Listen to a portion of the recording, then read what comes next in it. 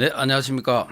200년의 역사를 이어가는 부산불교 어산의 회장이며 우리 범패의 전승 교수사로 활동을 하고 있는 성님입니다. 반갑습니다. 오늘부터 우리 이 불교의 모든 의식의 구성 요소 가운데에서 주를 이루는 것이 바로 범패인데, 이 범패에 대해서 한번 여러분들께 이렇게 소개를 해드릴까 합니다. 범패라고 하는 것은 우리 한국의 이 3대 성악곡으로서 판소리, 가곡과 함께 우리 불교의 전통 음악이 범패가 되겠습니다.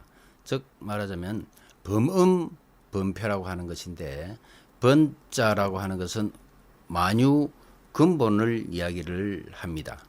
우주의 만유 근본이라고 하는 것은 부처님의 진리, 진여 이러한 여러 가지 뜻을 가지고 있습니다.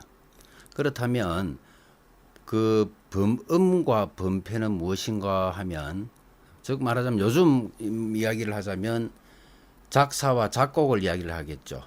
부처님께서의 부처님 그 가르침을 우리가 작사가 되어 있는 과정에서 우리들의 이 선법을 통해서 그걸 음을 넣어서 이렇게 외부에서 들어오는 모든 그런 지식, 지단이란 한문으로 이야기하는 그러한 뜻인데요.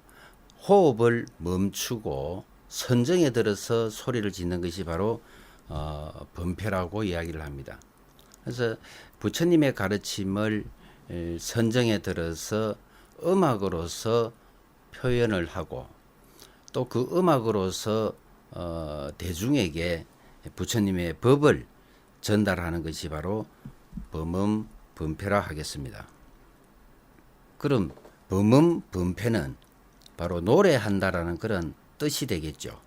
부처님의 공덕을 찬탄하기 위한 불경의 개송을 일컫는 이름인데요.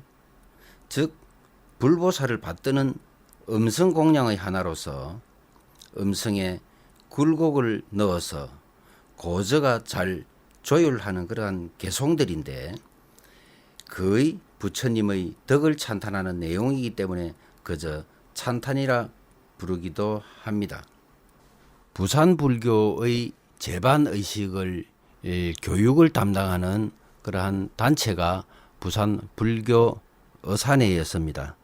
지금부터 한 200년 전부터 그 역사를 되돌아가서 말씀을 드리도록 하겠습니다.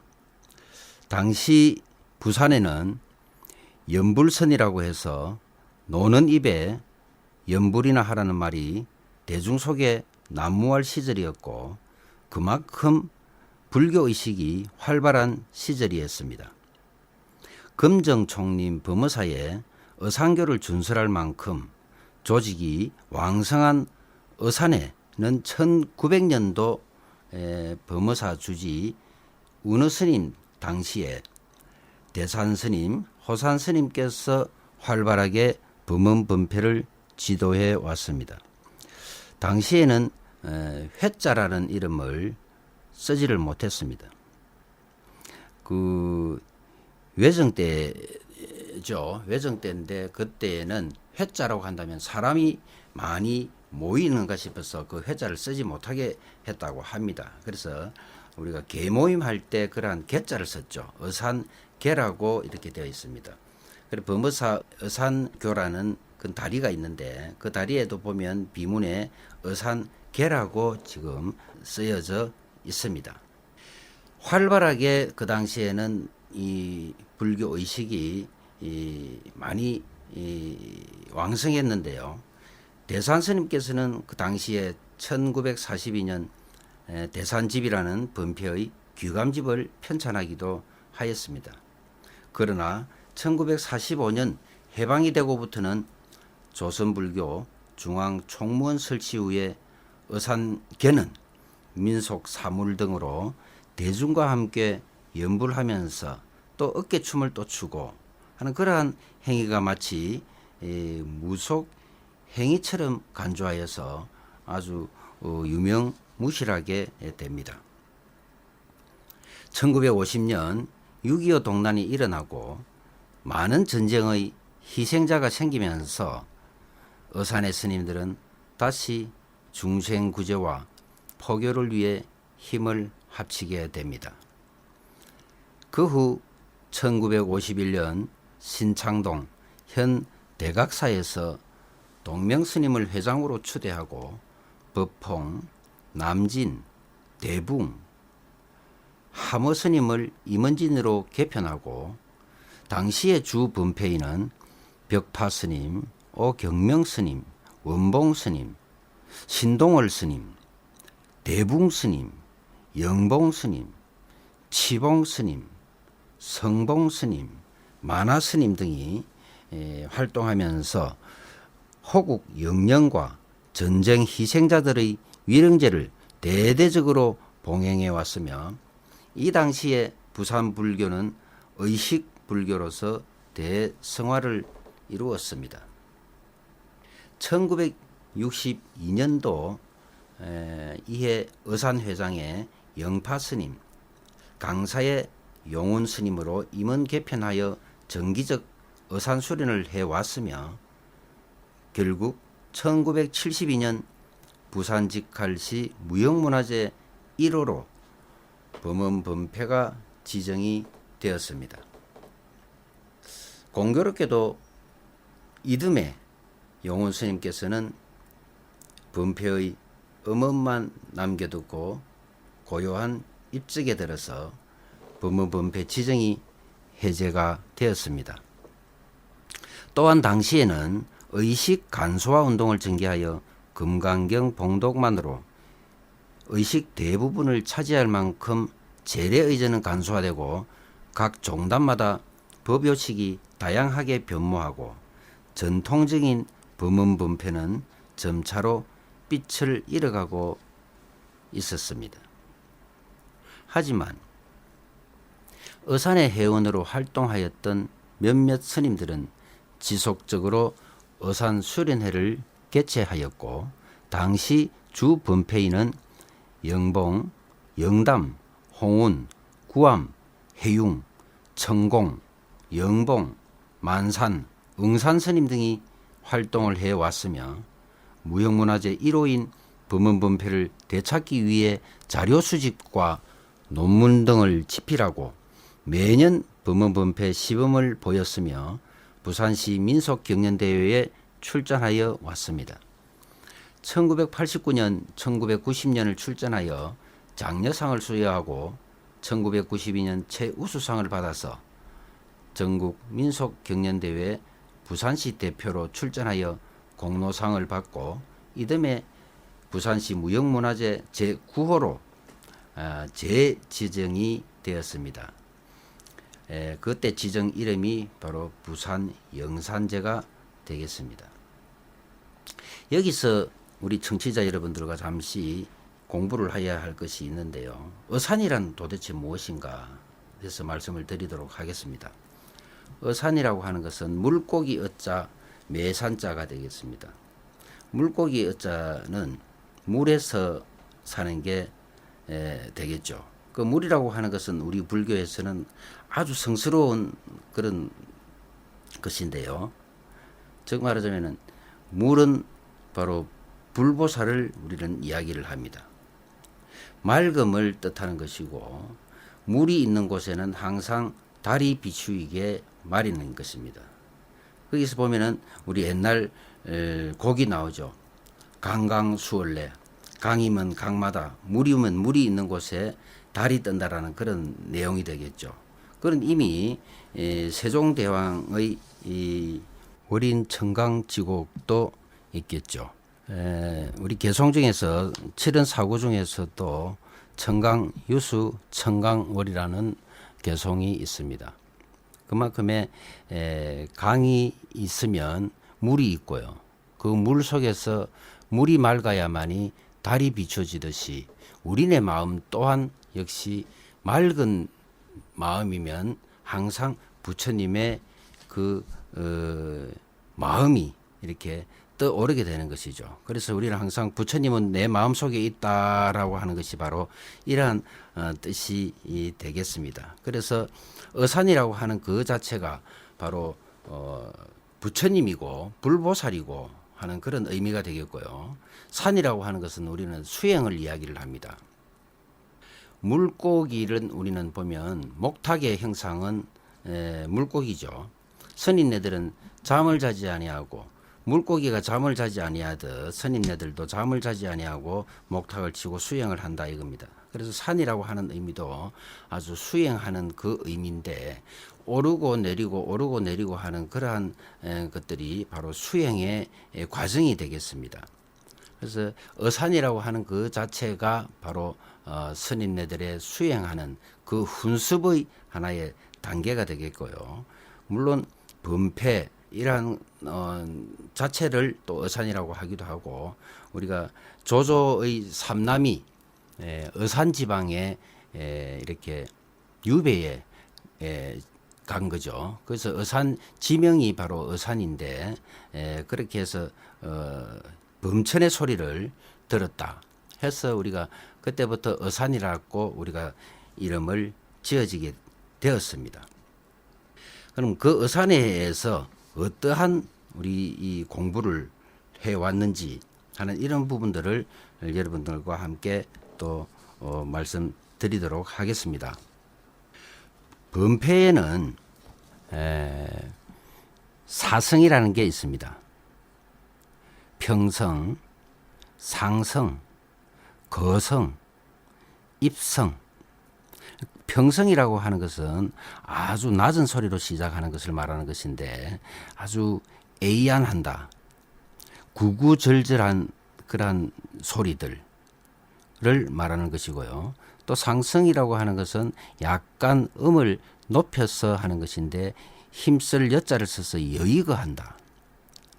그래서 상성이라고 그러고요.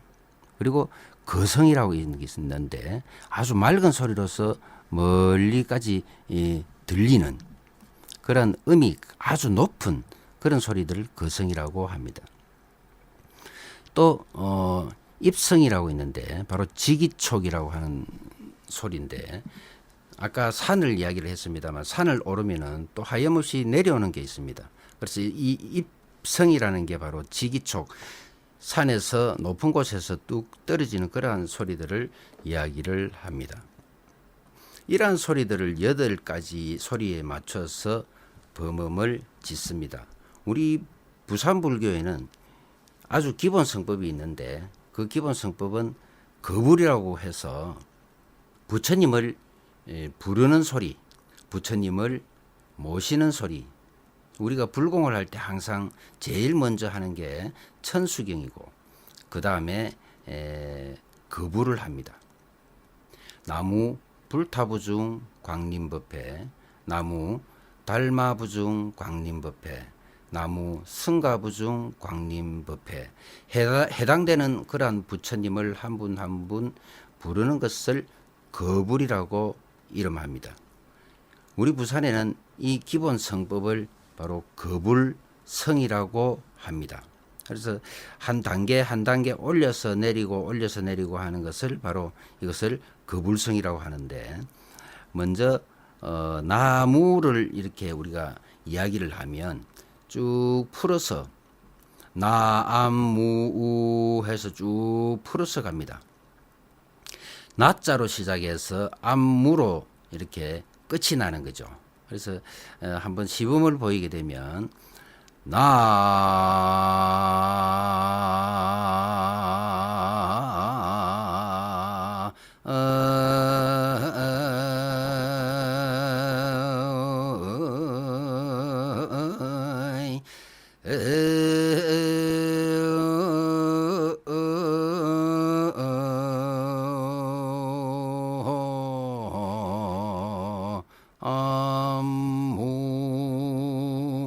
이렇게 3단계 올라갔다가 내려갔다가 하는 것이 바로 평성, 사성, 거성, 입성 이렇게 사성에 맞춰서 하는 기본 성법이 되겠습니다.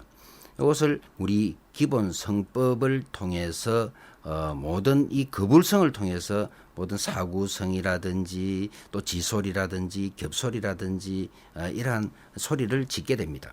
분폐에는 여러 가지 종류가 있습니다만은 첫 번째는 호소리, 즉 간략한 소리이고요. 두 번째는 겹소리, 또 세 번째는 지소리, 이렇게 세 종류로 나눠지는데요. 호소리 같은 경우에는 아주 간략한 그러한 소리를 이야기를 합니다. 가령 방금처럼 이렇게 나무 불타부중 광림법회를 이렇게 쭉 이렇게 소리를 지어서 했다고 한다면, 호소리 같은 경우에는 간략하게 나무 불타 부중 광림법회 이렇게 이제 하는 것이고, 여기서 조금 더 소리를 지어서 가는 그러한 것들을 바로 지소리라고 이야기를 합니다. 우리 이 부산 같은 경우에는 영남 소리라고 해서 또 영제라고 이야기를 하는데, 또 위쪽에는 또 서울 경기 지방에서는 또 경제라 그러고요. 또 저 전라도 쪽에서는 또 완제라고 또 이야기를 합니다. 그러니까 부산의 영제와 경제와의 소리는 약간의 그런 차이들은 있습니다. 그런 지역적인 그런 성향이 아주 크다고 할 수가 있겠습니다. 부산 분폐에는 안채비 소리와 거채비 소리라고 두 가지가 또 양분되는데요. 안채비 소리는 평상시 우리가 법회를 할 때에 이렇게 연불이라 그러죠. 또 축원을 할 때, 또 부처님께 할 때는 유치성, 오늘의 불공을 어떻게 하는 그러한 연유를 알리는 유치성이 있고요. 이런 것들을 잘 하는 사람분들이 바로 법주의 역할들이 안차비에 능하신 그러한 분들이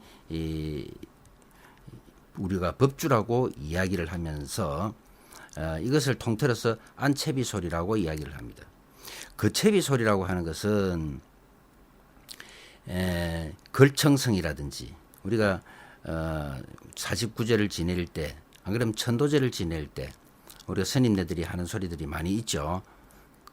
걸청 걸청 지심 걸청 일해대중의 일심봉청. 어떤 분들은 이것을 다 화청이라고 또 이야기를 하죠. 화청. 부처님의 개송을 민요화해서 이렇게 중생들에게 알려드리는 화청이라 하기도 하고, 또 뭐 회심곡이라고 하는데, 이것도는 좀 민속 우리가 소리로서 뭐 여기로서 많이 습득이 그렇게 되어 있습니다. 그래서 거채비 소리는 그 소리성이 아주 다양하고 우렁차며 그런 엄숙한 느낌을 주는 소리가 많습니다. 또한 거채비 소리 중에서는 호소리와 지소리가 있는데, 호소리는 그 향제이고 전통성이 강하며, 그 지소리는 또 윈역의 경제 소리와는 약간의 좀 다른 것으로서 오히려 우리의 겹소리에 가깝다고 할 수 있습니다. 따라서 우리 부산 분폐의 지소리는 아직 명맥이 남아있어 제의식문 내용 절구에 따라서 소리가 정해져 내려오고 있습니다. 옛날 820년경 진감선사께서는 42곡이 전해져 내려오고 있다고 했습니다. 그러나 지금은 여러 곡이 조금 유실이 되고 현재 35곡 정도의 소리가 남아 있어서 그 종류를 말을 하자면, 첫 번째 거불성, 두 번째 진령성, 세 번째 소청진언성, 네 번째 유치성, 다섯 번째 가영성, 여섯 번째 원강성, 일곱 번째 헌좌성, 여덟 번째 다계성, 아홉 번째 공량진언선, 열 번째 운심계성, 이렇게 해서 쭉 제목들이 이 35곡 종류의 소리들이 있는데, 이런 것들을 훈습을 하면서 우리가 배우고, 또 굉장히 어렵기 때문에 단시간에 이걸 갖다 습득하기는 상당히 어렵습니다. 항상 이 구전심수라 그래서 입으로 전하고 마음으로 받아들여 다시 입으로 그 뜻을 새기면서 입으로서 후학들에게 알려주는 것들이 바로 구전심수라 그러는데요. 단시간에 하는 것은 너무나 무리가 있겠죠. 그리고 뜻 모르고 우리가 연부를 하면 소리를 지으면은 그만큼 죄 받는다라는 그런 말이 있습니다. 그래서 이 오종불효라는 말도 있는데요. 이러한 소리를 함에 있어서 이런 소리들이 불안하면 사람의 귀가 즐겁지 아니하고요. 음체가 또 바르지 아니하면 명중이라면 어두운 것을 이야기를 하는데 명부중생을 이야기를 하겠죠. 명부중생들이 기쁘지 아니한다 했습니다. 발음 또한 정확하지 아니하면은 제천이 감동받지 아니한다 하였습니다. 또 분별을 함에 있어서 고저가 불확실하면 우리 중생들에게 공덕이 되지 아니한다 합니다. 또 굴곡이 바르지 아니하면 우리가 덕을 갖추지 못한다 하는 이러한 5가지의 불효라는 효능이 될 수 없다라는 이러한 가르침이 있습니다. 이렇게 해서 스님들이 이 불공을 이렇게 하면은 불공을 행하는 의식을 행하는 스님네들은 우리 중생들의 그 마음을 잘 알아서 통변 역할을 잘 하는 분이 되어야 됩니다. 부처님에게 이 뜻을 알려드리면서 오늘 제를 올리는 이분은 어떠한 연유로서 오늘 부처님께 공양을 올리오니 부처님이시여 이 공양 받으시옵고 이 제자들의 지혜를 갖추게 하여 주시옵고 다급생내 알고도 짓고 모르고도 지은 업장이 있다고 한다면 이러한 공덕으로서 모든 것들을 소멸케 하여 주시기 바랍니다. 이러한 전달을 해주는 것이죠. 부처님은 소원을 들어주시는 분은 아니죠. 이렇게 해도 웃고 계시고 저렇게 해도 웃고 계시고 우리 중생들이 모든 고통을 다 알고 있으나 항상 웃고만 계시는 거죠. 그런데 이러한 한문 구절로 되어 있는 이러한 스님네들의 범패성을 통해서 마음속에서 온갖 일어나는 그런 슬픔 또 회상 이런 것들로 통해서 스스로 치유를 하게 되는 것입니다. 그래서 마음속에 부처가 있다는 말도 내 마음속에서 내가 스스로 갈고 닦고 하여야만이 나머지는 다 부산물로 일어나는 것이겠죠. 그래서 또 우리 권선징악을 상징하는 104위 신장님께서는 부처님께 서원을 올린 게 있습니다. 무엇이냐면은 모든 중생이 부처님 법을 잘 따르신다면 저희 신장들이 저분을 도와드리겠습니다 하는 그런 게 있기 때문에 부처님은 상을 주고 뭐 하고 이러지는 않습니다. 항상 웃고만 계시고 또 신장님께서 그것을 보고 감흥을 해서 저 불자는 정말 부처님께 신심이 참 돈독하구나 해서 신장님이 상을 주고 또 불법을 비방하고 하면 신장님이 벌을 주고 그렇게 하죠. 우리가 뭐 인간 세상에도 마찬가지지 않습니까? 경찰이 있고 검찰이 있고 군인이 있고 이러한 분들은 다 신장에 속하겠죠. 사람이 잘못을 지으면 경찰이나 검찰이나 이런 분들이 나서듯이 우리 눈에 보이지 않는 이러한 종교적인 이러한 부분에도 마찬가지로 우리 불교에서는 신장이라는 분들이 그 역할을 담당해 오고 있었습니다. 우리 스님네들은 이러한 의식을 통해서 눈에 보이지 않는 것이라고 해서 뜻 모르고 함부로 이렇게 연부를 하거나 하지는 않습니다. 항상 뜻을 새기면서 제를 올리는 그 제자들의 마음을 헤아려서 그 뜻을 부처님께 제대로 전달시키는 역할을 담당을 하고 있는 것이죠. 그래야만이 제를 올리는 분이나 또 제를 모시는 분이나 우리가 공덕이 될 수 있다라는 거죠. 그 공덕을 많은 분들에게 다시 회항하고 나누는 것이 보시의 공덕과 회항의 공덕이라고 우리는 이야기를 합니다. 이러한 모든 재반 의식을 통해서 중생들의 공덕을 우리가 찬탄을 하고 그렇게 해서 부처님의 뜻을 또 이 중생들에게 알려드리고 또 그것을 시청과해서 보기에는 아주 화려함은 불교의 화려함을 보여드리고 또는 소리로서 아주 즐겁게 하고 또 슬픔은 슬픈 대로 그 소리로서 애절하게 부처님께 이렇게 원력성을 소리를 지어서 내는 것이고 이런 한 종류를 통해서 통틀어서 또 8가지의 소리를 내어서 부처님께 알려드립니다. 제일 먼저 시작하는 소리가 시작성이라는 소리겠습니다. 평성이라는 게 소리가 아까 바로 시작하는 그런 소리인데 낮은 음으로 시작되는 그러한 소리고요. 둘째는 낮은 굴곡으로 끝마치는 종작 소리이고 셋째는 음성이 바뀔 때나 소리를 끌어갈 때의 굴곡성이고 넷째는 비로봉을 향해 치달아 올라가는 그런 소리 상념성입니다. 다섯 번째는 비류직하하는 아주 애완의 소리인 하렴성이고 여섯째는 구비구비 호소하는 소리인 애완성이고 일곱째는 멀리 보내어 알리는 청언문성이고 여덟 번째가 바로 일반적 상소의 소리인 원력성입니다.